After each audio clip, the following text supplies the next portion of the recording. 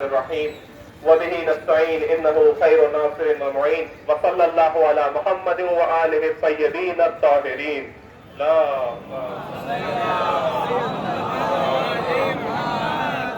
قال مولانا الإمام الحسين عليه السلام: لا أرى الموت إلا سعادة والحياة مع الظالمين إلا برمة. رسول اللہ صلی اللہ علیہ وآلہ وسلم کے نواسے امام حسین علیہ السلام یہ ارشاد فرماتے ہیں کہ حسین کی نظر میں ظالمین کے ساتھ اپنی زندگی گزارنا بالکل رسوائی ہے، اور حسین اپنی زندگی کو نہیں ایسی برداشت کرے گا جو ظالمین کے ساتھ ہو۔ حسین کی زندگی ایسی ہے کہ جو حق کے ساتھ ہو اور مظلوم کے ساتھ ہو۔ اگر ایک لمحہ بھی ایسا ہو کہ جس میں حسین کو ظالم کا ساتھ دینا پڑے تو اس سے بڑھ کر حسین اپنی جان کو اپنی ہتھیلی پر لے کر آ جائے گا اور ہمیشہ مظلوم کے خلاف کھڑا ہوگا اور ہمیشہ ظالم کا مقابلہ کرے گا۔ ہر موقع پر امام حسین نے یہی فرمایا، اگر امام حسین چاہتے تو مدینے میں اپنی زندگی بڑی آسانی سے گزار سکتے تھے، وہاں پر زندگی گزارتے، عیش و آرام کے ساتھ رہتے، اور یزید یہی کہتا امام حسین آپ یہیں پر رہیے لیکن کبھی بھی ظالم کے خلاف اپنی آواز کو بلند نہیں کیجیے۔ لیکن امام حسین نے ظالم کے خلاف اپنی آواز کو بلند کر کے یہ بتایا کہ حسین کسی قوم اور حسین کسی ملت کے لیے نہیں ہے، بلکہ دنیا میں جہاں کہیں بھی ظالم موجود ہے حسین اس کے خلاف کھڑا ہوا ہے، اور آخری لمحے تک حسین دنیا میں جہاں کہیں بھی ظالم ہوں گے اس کے خلاف کھڑے ہو کر قیام کرے گا۔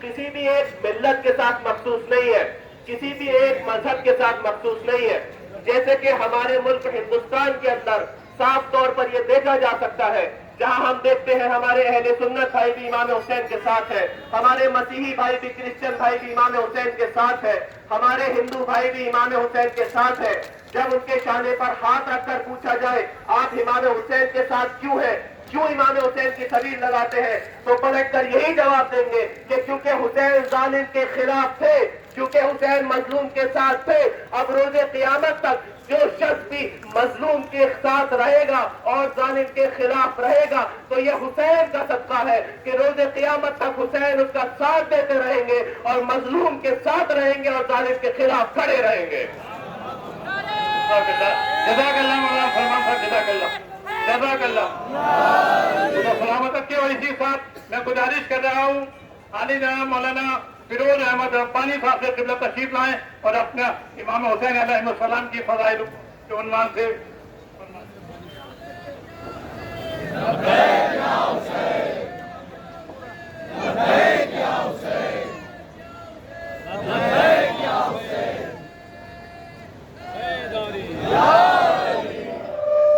بسم اللہ الرحمن الرحیم۔